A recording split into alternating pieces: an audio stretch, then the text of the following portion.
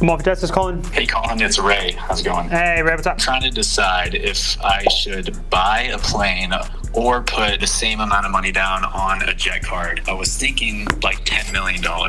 Wow, okay. What kind of plane are we looking at? I was looking at like a Challenger 300. That's pretty good. I know those run, I think, what, like 12, 13 million roughly on the open market, maybe a little bit cheaper. I mean, it really depends on your travel style. Buying an airplane obviously is awesome, definitely a big life goal of mine, but on an economics perspective, buying the airplane is like the cheapest part. Actually maintaining it every single month and year is really what's gonna become expensive. Would you charter it out or would you just keep it kind of Part 91 for you specifically? I prefer not to charter it out and just have it for myself and my fam. I guess how many hours per year are you traveling? Quite a bit, and that's kind of why I want to do this big investment. It's like I'm thinking about doing probably 20 hours a month. Okay, all right, so like roughly 250 hours a year. I mean, usually when we get in like the 300 to 400 range, it kind of does, to an extent, make sense if you're flying that much consistently. 250 hours a year is good, but I mean, again, it just wouldn't necessarily make sense in my opinion. Let's take a look at you doing this Part 91 yourself, right? So you're having two pilots. Average pilot salary right now is probably like 220, 250, right? So we're at $500,000 bucks right there just in pilots. You have a flight attendant on board the Challenger 300 if you want that comfort. So we're roughly at like 60,000 a month already. Now, where are you based specifically? I'm in LA, so the airport's in LA. Van Nuys, Camarillo, Burbank? Yeah, Van Nuys works. So let's take parking an airplane inside. So we're probably at like 25, 30,000 a month right there. Then we have insurance, right? We're insuring the airplane, the engines, the APU. Then we have, remember, recurrent training for your pilots every single year. So realistically, you know, independent of us ever actually flying that airplane, we're still at like $600,000 to like $800,000 in just fixed costs even before we turn the airplane on. Wow. Whereas with a jet card, your $10 million